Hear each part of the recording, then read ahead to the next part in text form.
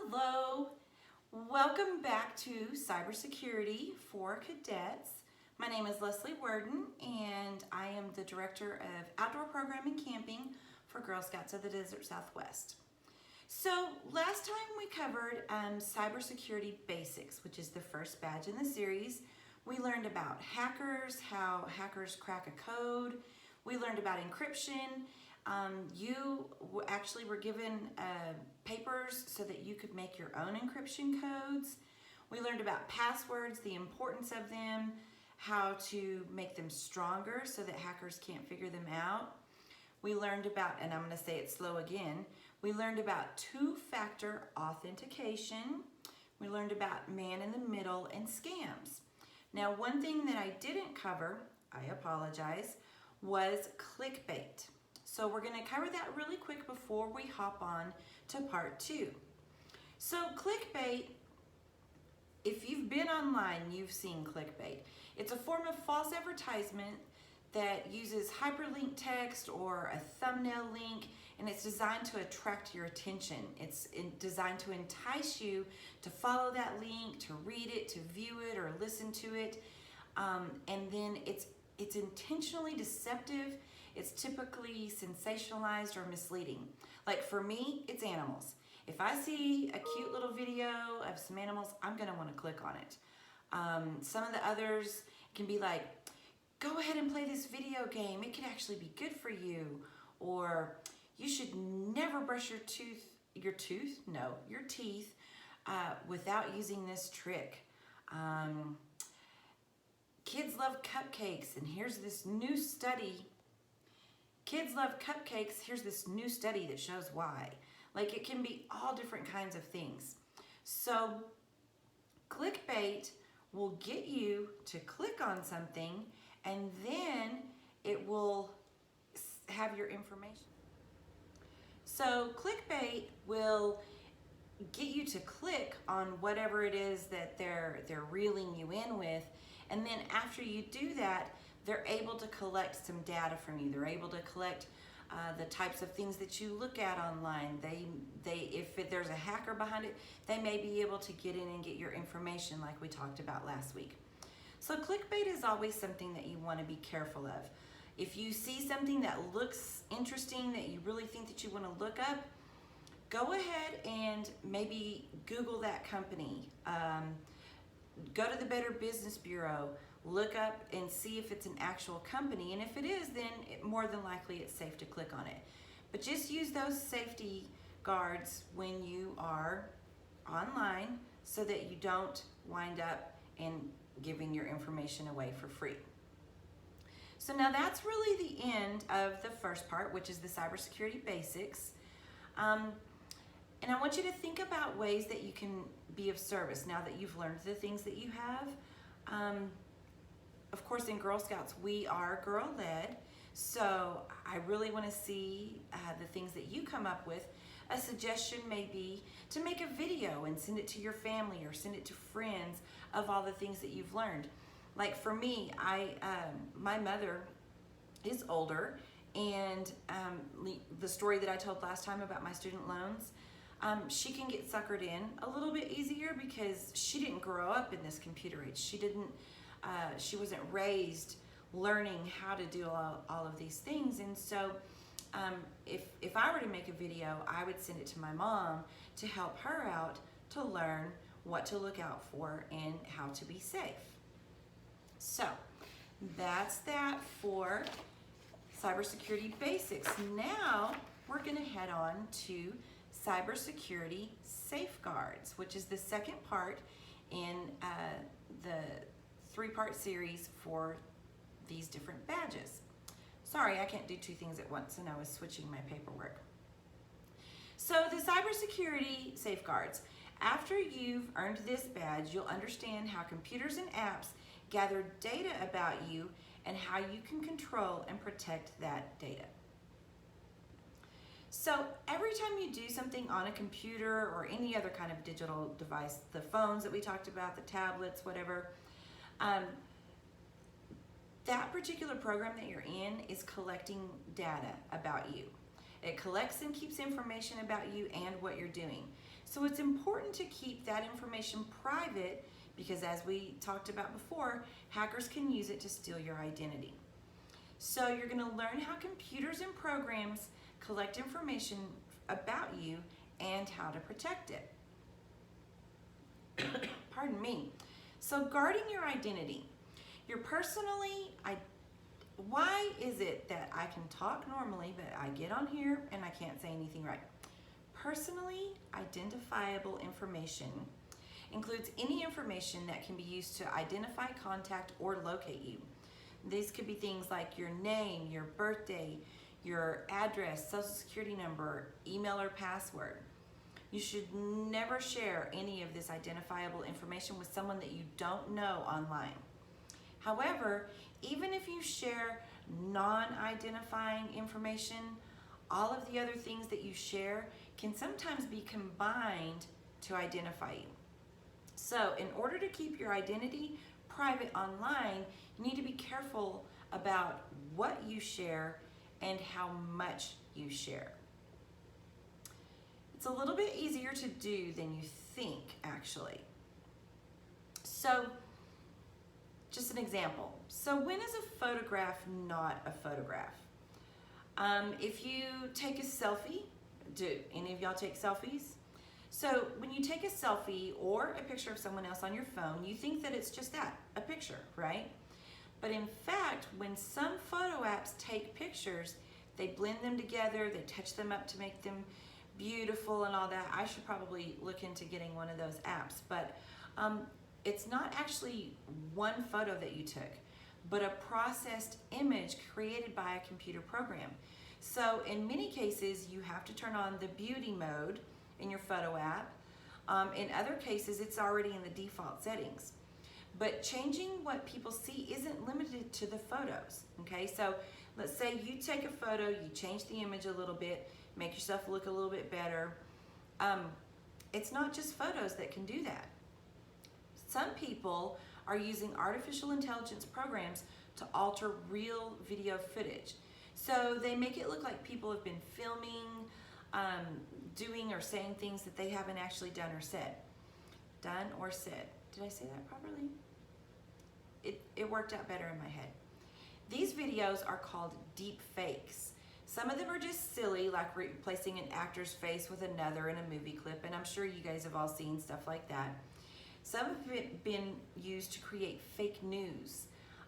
Like, for example, a video clip of your leader saying something that they never said, like, we're going to Disneyland this summer, when they're really saying, we're gonna look at Disneyland online. Okay, does that make sense? So it's actually something that you definitely wanna watch out for. So, I don't know if you've seen pictures of like celebrities, maybe a cover of a magazine, looking all beautiful and flawless and all that. Well, then someone, just to be funny, or so they think, they take that picture and they use a computer program and they alter it to make them look a lot older and maybe a little bit fatter and stuff like that. These are things that people can and often do. So just be aware, keep that in mind when you're doing stuff online. So now let's talk about profiles. I want you to stop and think for a little bit. Create a profile based on your interests. So a good way of thinking about this is pretend that you just met someone new at your school. Let's say that you're at school, there's a new student. You're asking each other questions about each other so that you can get to know them. Some of the things you might ask are, how old are you? Where do you live? Where did you go to school before now? Do you have any brothers and sisters? How many of them? How old are they? Who's your favorite musician or author? What's your favorite TV show or movie?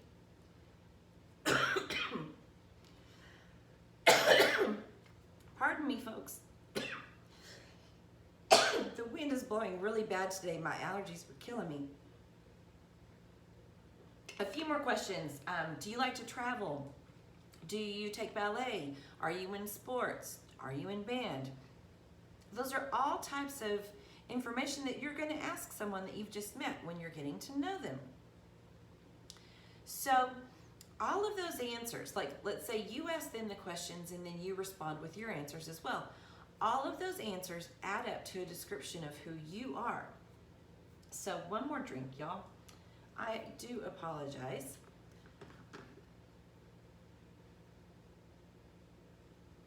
I hope it's not this windy where y'all live. It's blowing stuff all around. I live out at Camp Miter Peak, and there's a canyon in there, and it's blowing stuff all in, swirling around through the canyon. It's a little crazy today. So back to what we were talking about. It makes sense that a friend would know these things about you, but what about a stranger? Would you want a stranger to know all of those things? It's probably not as safe because strangers can find out all kinds of information about you online. Everything you do, from your internet searches, we talked about that in the first session, to online shopping. They can track what you buy online, and I have a story about that. Social media posts, it all leaves a trail of information, and that trail is what is called your digital footprint. Now, I will say, my husband and I have been looking for a new mattress set, and suddenly when I'm scrolling on Facebook, it's like every other post that I see is for a mattress. So it does happen. Companies that want you to buy their products, they'll track the websites that you visit so that they can send you ads. And I believe it because it's been happening to us. But hackers can also learn about you too, and they can use that information to trick you. For example, they may send you an email that looks like it came from your favorite shopping website. Let's say it's Bath & Body Works. They'll tell you about a great sale and ask you to click on a button, but when you do, the hackers might send a virus to your computer. That's why it's always really important when you see an email that you make sure that it's worded exactly the way that previous emails have been from someone that sent it to you. Like, let's say it's Bath & Body Works. So it would be bath and then the and symbol, Body Works. But this one says bath and then spells out the word and Body Works. So that's a clear indication that it is not coming from the company that you think that it is. All things to watch out for. So, metadata. That's another thing that you need to know about. Every time you send an email, you text a friend, you create a document, take a photo, all kinds of things like that, your digital device collects data about what you have done. So this includes information that identifies your smartphone or tablet, and when and where you were when you emailed, texted, or took a photo of your dog. Like, I know for me, when I'm going through my photos, it'll literally tell me where I was. Like, if I'm at my father-in-law's house, it tells where I was there. If I'm back home, it tells where it was. So it does, your smartphones, your computers, all that, it does store that information. It's called metadata. It's information about your information. So if you know what to look for, you can find a lot out about someone by examining their metadata. And hackers know that. But you can stop them from knowing all of that by protecting your data. So, phishing. Phishing is a type of cyber attack in which a hacker sends an email that contains bad links, harmful attachments, or requests for money. Now, I know I've actually received an email, supposedly from an old classmate, saying, hey, hope you're doing well. I'm in a terrible bind right now. I'm overseas, and my wallet was stolen, things like that. But if you look carefully in there, the way that it's worded and the way that things are spelled, you can tell that it's not from an actual person.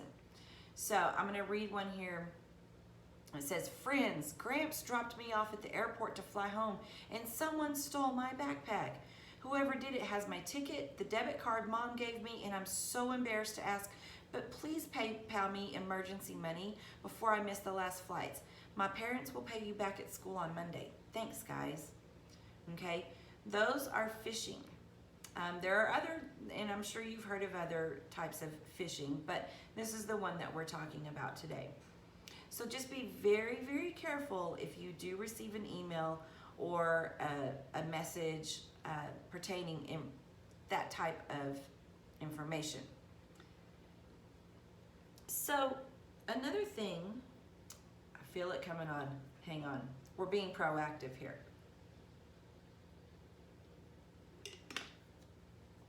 Another way to protect yourself, let's say that you're old enough to have like a Snapchat or Instagram or things like that. Whenever you download an app, before you get it, they make you sign. Basically, you're going to click a little button that says I agree, a user agreement. And a user agreement tells you what rights you have and what rights you are giving up when you use a particular app. So, things to look for in this user agreement. Now, not gonna lie, I have scrolled on past it and clicked OK just because, man, time, right? Like, who wants to sit and read all of that? Well, it's actually really important that you do. So, there are several different ways that you can do this. One, ask to look for the printer-friendly version. Now there'll be a little sign up at the top that says printer. Y'all, I can't talk. Printer-friendly version. So the type will be a little bit bigger on your screen, and it makes it easier to read through all of that stuff that's in the user agreements. Look for section headings that are in bold. This lets you find the important sections like the ones on privacy. That's the one thing you really, really want to check when you are signing these agreements. Also, look for sections in all caps. They will have important information. You can also use a search function on your computer to look for specific words in the document. Privacy and data are really good words to search for.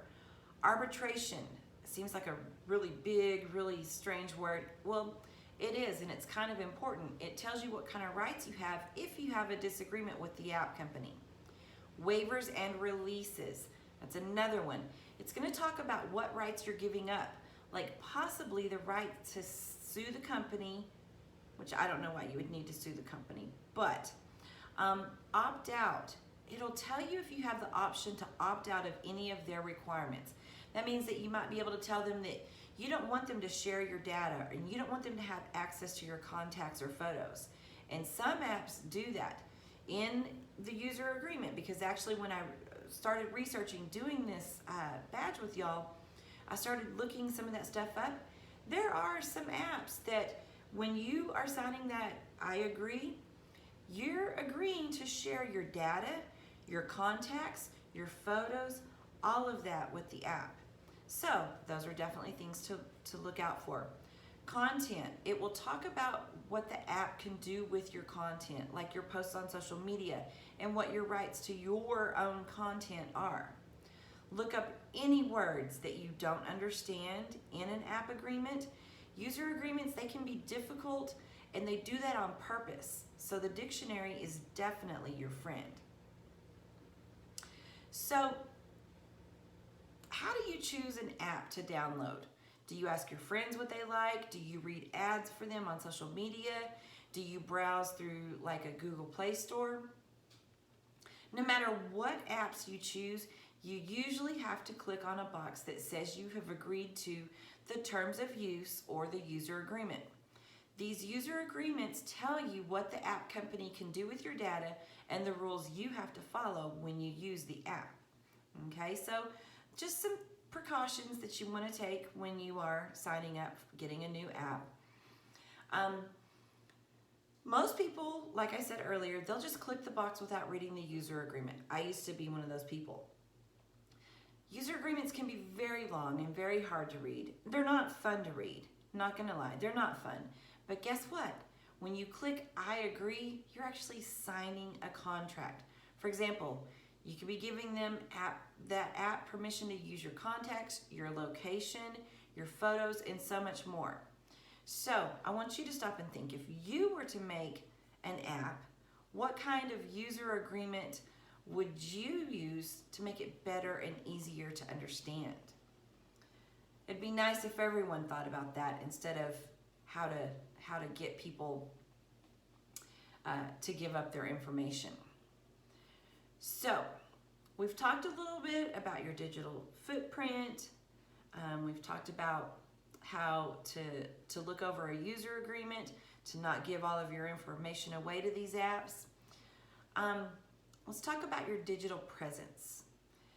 The internet is a powerful tool. We already know this. We knew this before, and we definitely know this after going through this badge. You can chat with your friends. Oh, y'all, here comes another cough. I don't know if y'all can hear the wind in the background, but it's pretty insane out there today. Excuse me. Okay, so the internet, it's powerful. We've already discussed you can chat with your friends, you can chat with family, you can research school projects, you can play games, watch videos, watch TV shows, listen to music. There's so much that you can do online. But the downside of that is you leave information about yourself with every single screen tap or click of the mouse. Some programs, sort of like social media, like what you're watching me on right now, allows you to share personal information. But every program or app that you use collects data and metadata about you. So it's a good idea to always think carefully about the information that you're sharing every time you visit a website or use an app. Y'all, I apologize. Probably wasn't the best day to make a video for y'all.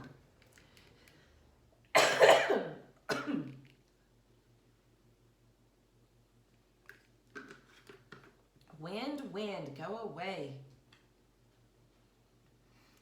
Okay, so if you want to limit what is tracked, here are some things that you can do. You can turn off the cookies. And if you've never heard that term, it sounds pretty funny, right? A lot of apps now that I've noticed, or if I click on clickbait, it pops up and tells you this site uses cookies. But if I'm being honest here, there have been a few things that I wanted to read so badly, I was like, okay. And I just clicked to let me read it. But cookies are used to identify your device, track your behavior. It does all kinds of things. So you can turn them off in your privacy settings. Now I do go through and delete cookies every now and then, and I do try to make sure that my cookies are always turned off.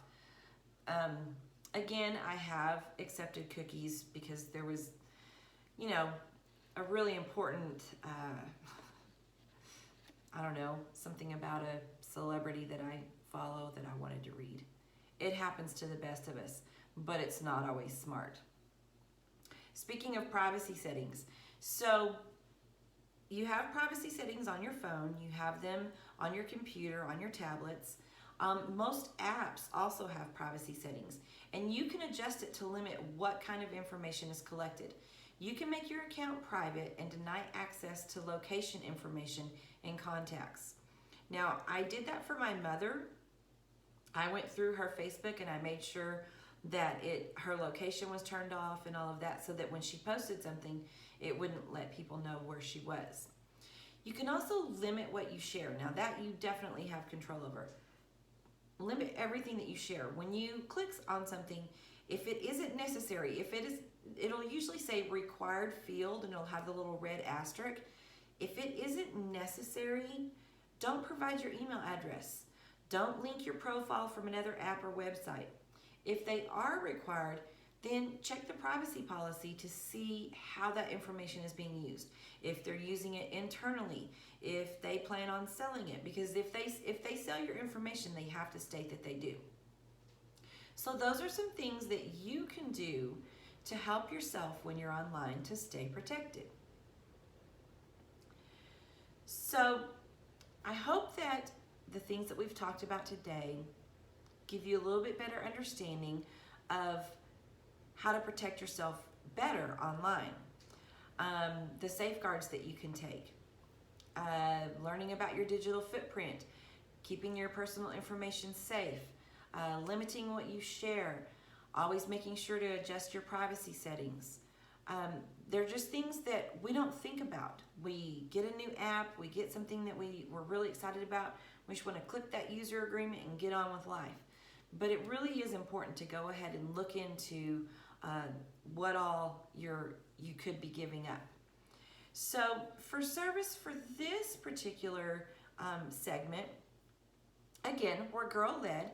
You can do whatever you would like to do. If I'll just stick with the one I did for the first one.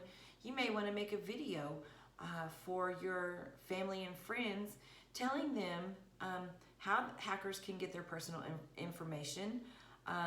You can explain what their digital footprint is and how to keep their personal information safe. So stay safe out there. Start thinking about what you're doing online more. I know I've actually started thinking more about what I'm doing after looking into this badge for you. And next week, we're going to learn how to become a cybersecurity investigator. So thank you for tuning in. Thank you for watching us. Thank you for learning with us. I hope that you're visiting our website and seeing all of the different programs that we have to offer for you. If you have any suggestions, if there's something that you would like to see, please leave it in the comments or email us at info@gsdsw.org, and that will be at the end of this video. That email will. Stay safe out there. We'll see you soon. Bye-bye.